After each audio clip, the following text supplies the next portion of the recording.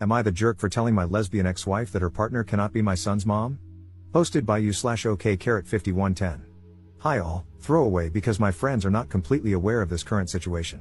I, 35M, was married to my ex-wife, 34F, for 7 years. 2 years ago, my ex-wife came out as a lesbian. This came as a complete shock to me. She and her partner, who were co-workers, had been having an affair since she joined the company a year before our divorce. We have a son together, 8M. I was heartbroken and devastated. I felt betrayed, as I had spent 7 years of my life with this woman, and it all felt like a lie now. When I confronted her, she told me that she had to live her truth and that she tried to suppress her identity because she didn't come to terms with it until she met her partner. When I asked whether she loved me, she told me that while she loves me, it's different from how she loves her new partner. This broke my heart even further. The divorce was quick as she did not want anything from me, and we agreed to a 50-50 split of custody.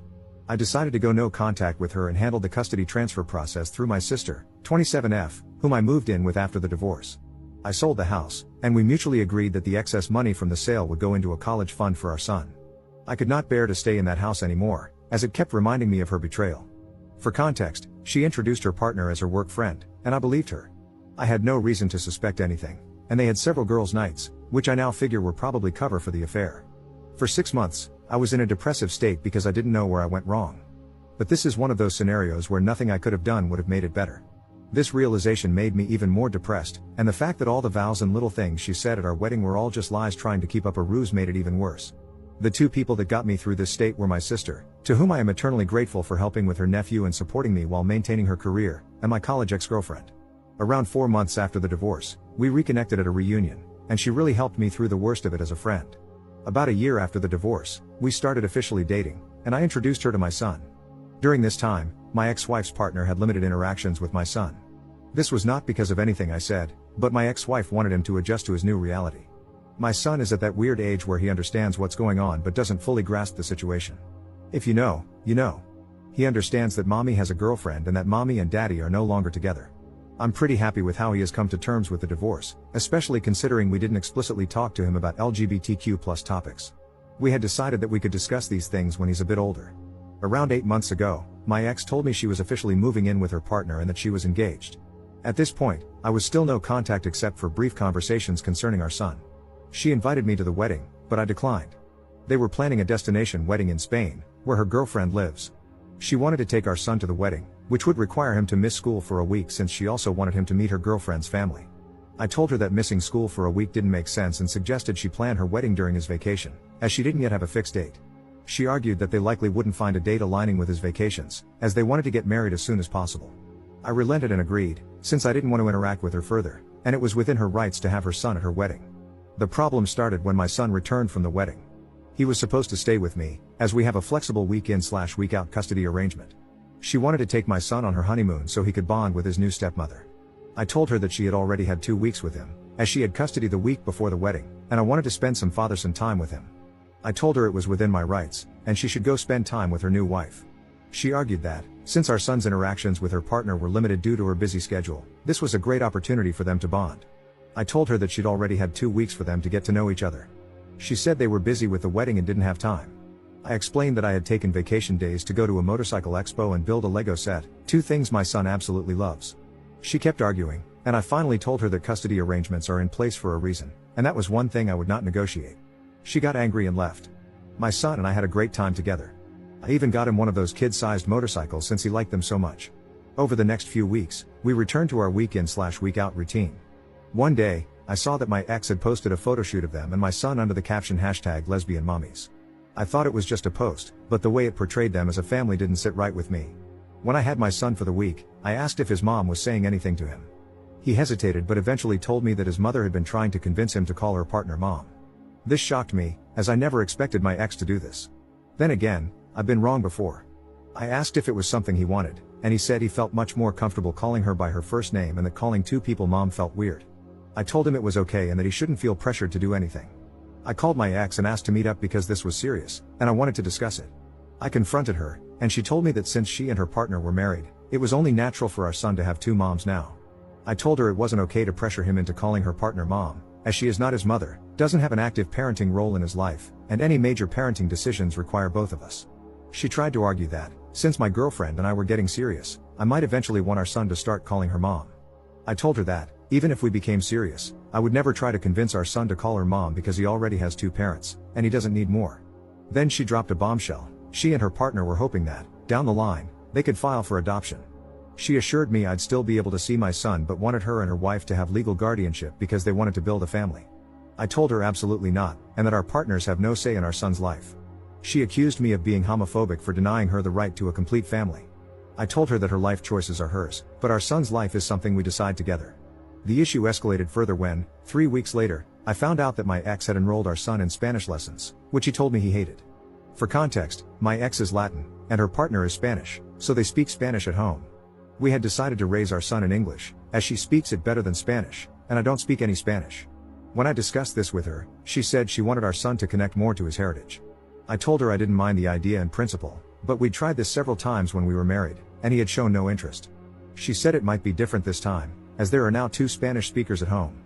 I told her I was all for bilingualism, as knowing 2 languages is an advantage, but forcing him into something he doesn't want makes no sense. I even suggested trying another language he might like. She accused me of denying our son his roots and went on a tirade, accusing me of denying him his identity and her the right to a family.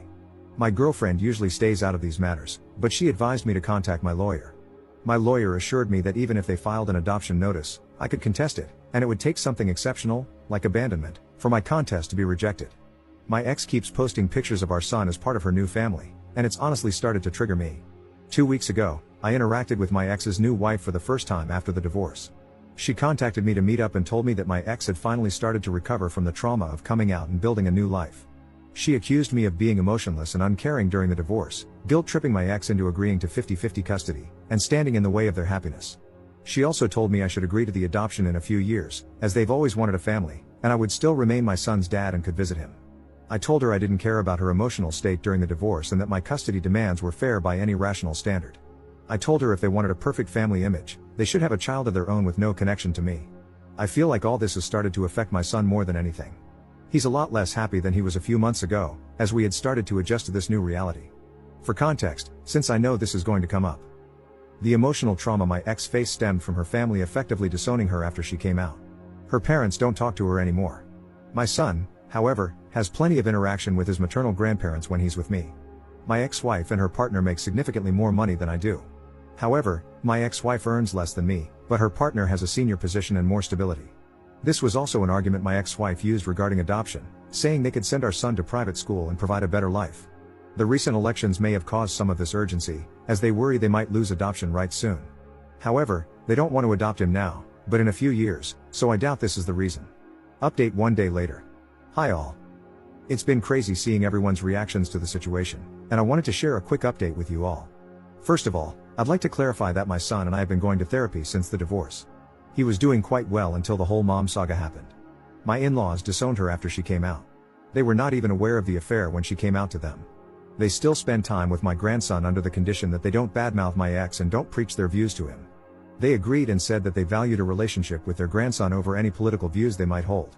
I have been a part of every interaction they have had with him because I was worried they might say something inappropriate. Thankfully, this has not been the case.